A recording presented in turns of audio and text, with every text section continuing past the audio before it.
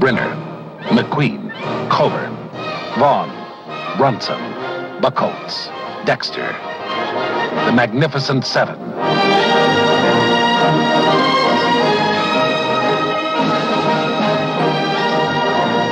We wish you to help us. There's this man, Calvera. A thief.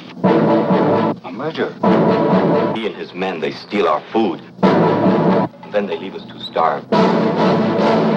And he will do so until he is stopped. Even 5 wouldn't give us too much trouble. There won't be any trouble. You ride on. Ride on? I'm going into the hills for the winter. Where am I going to get the food for my men? Buy it or grow it. Or maybe even work for it. Somehow I don't think you solved my problem. We deal in lead, friend. Solving your problems isn't our lot.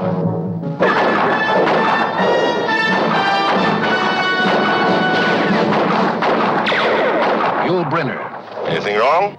Turn that rig around and get it down the hill.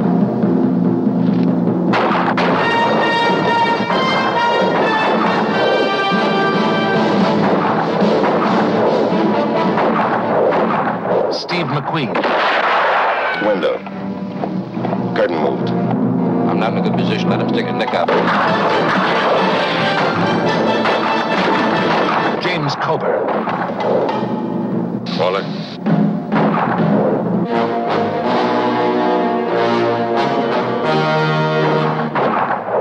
Robert Vaughn.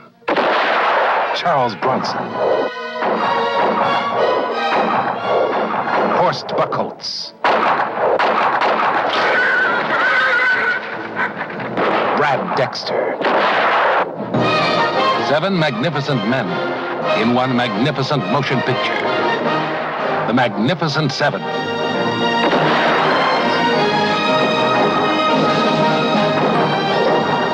Eli Wallach as Calvera, the bandit. Guns, ammunition. You know how much money that costs? Huh? He had a town at his mercy, and the Magnificent Seven at his throat. 7 who fought like 700. The Magnificent Seven.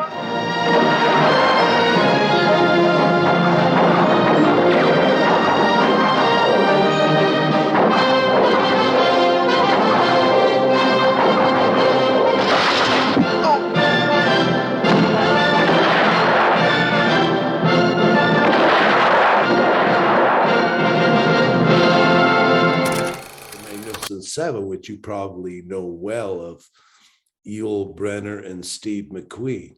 Mm-hmm. In particular, at the beginning, when they're taking the body of the Indian to bury in the grave up the hill at Boot Hill, and the townsfolk are against it, and Yul Brynner and Steve McQueen get on the wagon, the hearse, to drive it up the street. And there's stories about Yul Brynner, who at that time was the big star. Steve McQueen was the guy who'd had a TV series and an up-and-comer. But you see in the camera there, it's like Brynner's got his hat on, and he's just cool, cold as ice, going up there, the gunfighter, dressed in black. And sitting beside him is Steve McQueen, who's taken his hat off, shaking bullets to put in a shotgun. And apparently at one point, Brynner said, "Cut it out." Get that hearse rolling. I can't. My driver's quit. He's prejudiced too, huh? Well, when it comes to chance of getting his head blown off, he's downright bigoted. Well, get somebody else. There isn't anybody else who'll drive it. So here. Oh, hell. Without someone's holding things up, I'll drive the rig.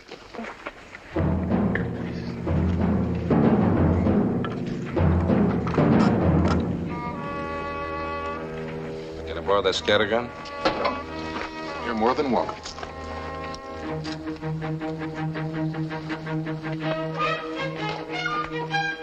Hey, now wait a minute there. Listen, this hearse cost me $840 in Denver. It's the only one in the county. I'll be darned if I'm going to turn it over to strangers to be shot at. I'll pay for the damages. I want to see this. Me too. Never rode shotgun in a hearse before.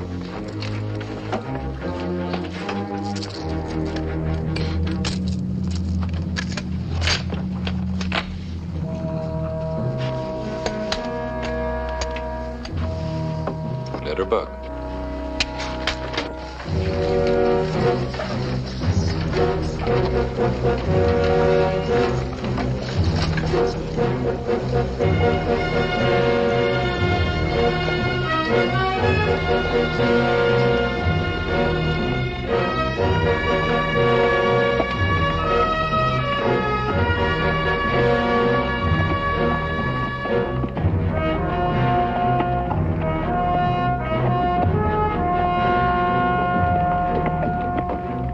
New in town?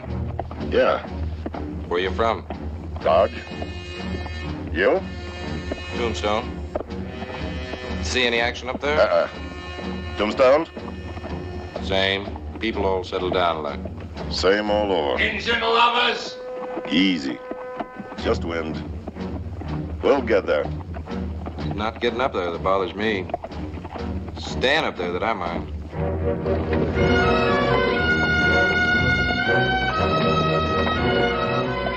Coming up behind us on the left. I don't think so.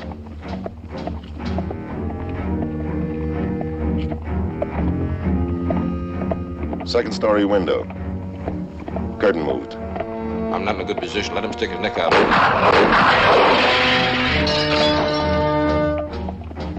You elected?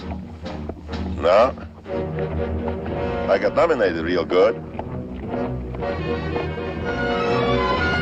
Say, boys, why don't you just turn around right now? Save yourself a lot of trouble. Soon, huh? The reception committee's forming.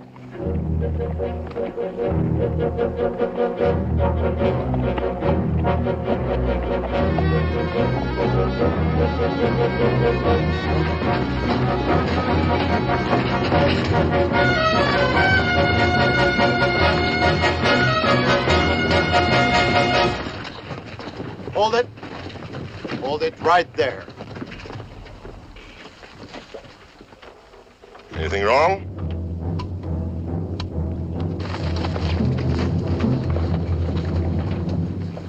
Turn that rig around and get it down the hill. That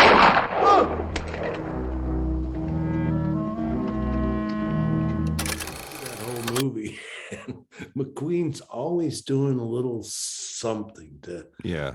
I may be behind Yule, but I'm here.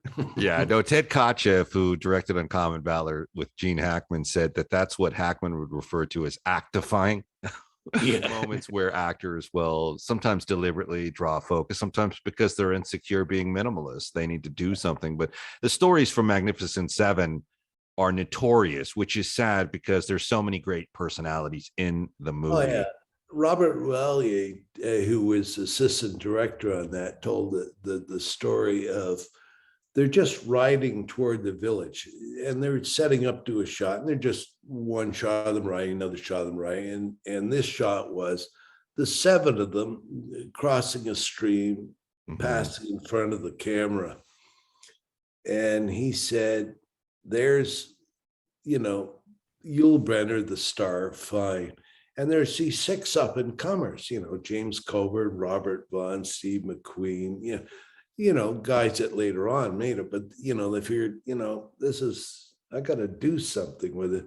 So I said, everybody that went by the camera, they were all doing something, And he said it was sort of silly because they were all trying to, all you have to do is ride by the camera, but they were trying to put a little show on each and every one of them. He said it got to be a bit of a competition between the two of them. Who's gonna be the one that people are gonna look at and remember? That has to be, for a director, absolutely frustrating, maddening to deal with. Where you're just like, all right, ride up to the village and go. And all of a sudden you're doing it 9 or 10 times because you're trying to govern the behavior of different actors who probably never know to completely drop it and try and they have to go from here to here to here. Okay, this time I'm just going to do this much and this, and then I could just see the director being like, just ride up to the village. Like you're riding through the frontier. You're exhausted, you're beaten from the trail, just right up, and like they still probably won't do it because they're still trying to pull focus, so to speak. That's what's sad about the Magnificent Seven in a sense, because you hate to hear those stories about on-set competitive behavior, because I love everyone in the film. I really do like those actors. Your road to redemption is paved with tombstones. No quarter, kill all masters.